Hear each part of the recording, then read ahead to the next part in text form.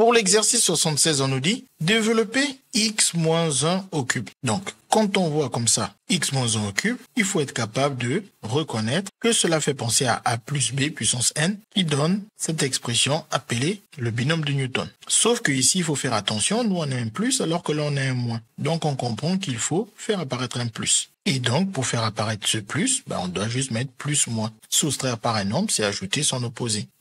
Et il nous reste plus qu'à appliquer la formule avec n qui représente le 3, le a qui représente le x, le b c'est le moins 1, et ensuite on remplace tour à tour k par les différentes valeurs. Donc on prend le terme général et on remplace k par 0 et on effectue les calculs évidents tels que par exemple 3 moins 0, cela fait 3. On reprend le terme général, ensuite après 0 on remplace k par la valeur 1 et on effectue les calculs simples tels que 3 moins 1 donne 2. Une fois on a bien compris comment ça marche, on voit que ici c'est en train d'augmenter de 1 en 1. Donc on aura quoi? À rajouter du 2 parmi 3, puis du 3 parmi 3. Quant aux puissances de x, elles augmentent aussi de 1 en 1. Après x puissance 0, bien x puissance 1, ensuite x puissance 2, puis x puissance 3. Quant aux puissances de moins 1, elles diminuent de 1 en 1. Après moins 1 puissance 3 vient moins 1 puissance 2, puis moins 1 puissance 1, et moins 1 puissance 0, on s'arrête à 0. On vérifie bien ici qu'on a du 3 partout. 3, 3, 3 et 3.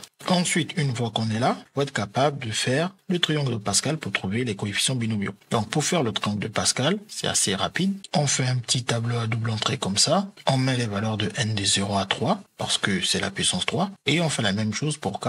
On met les valeurs de 0 à 3 parce qu'on n'en a pas besoin de plus. Ici, sur la première colonne, il n'y a que des 1. Et ici, on considère qu'il n'y a que des 0 après le premier 1. Pas besoin d'écrire ces 0. Puis on somme dans ce sens pour trouver la valeur juste en bas. 1 plus 0 donne 1. Et on refait la même chose à chaque fois. 0 plus 0 donne 0. 0 plus 0 donne 0. Et donc ici, 1 plus 1 donne 2. 1 plus 0 donne 1. Et 0 plus 0 donne 0. On constate qu'après le deuxième 1, il n'y a toujours que des 0. Et ici, 1 plus 2 donne 3. 2 plus 1, encore 3 et 1 plus 0 donne 1. Bien évidemment, dès qu'on a le deuxième 1, ça sert à rien d'écrire les 0 qui viennent après. On s'arrête juste au deuxième 1 et on refait tous les calculs à la ligne suivante. Donc, une fois qu'on est là, nous, les valeurs que nous cherchons ici se trouvent à la ligne n égale à 3. Celle-ci, c'est 0 parmi 3. Celle-ci, c'est 1 parmi 3. Celle-là, c'est 2 parmi 3. Et enfin, la dernière, c'est 3 parmi 3. On vient alors, on remplace. 1, 3, 3, 1. Et ensuite, pour x, on effectue les calculs. X puissance 0, c'est 1. X puissance 1, c'est x. X puissance 2 reste x puissance 2. Et x puissance 3 reste x puissance 3. Puis on effectue les calculs pour moins 1. Moins 1, c'est rapide. Si la puissance est impaire, cela donne moins 1. Et si la puissance est paire, cela donne 1. Mais 1 dans un produit, on peut complètement l'oublier et ne même pas l'écrire. Bien évidemment, on n'oublie pas que ce sont des sommes. Puis on effectue les calculs. Ici, 1 fois moins 1 nous donne moins 1. Ici, 3 fois x fois 1 nous donne 3x. Et ici, plus 3x carré fois moins 1 nous donne moins 3x carré. Et ici, 1 fois x au cube fois 1 nous donne x au cube. Donc, on obtient ainsi la forme développée et réduite de x moins 1 au cube.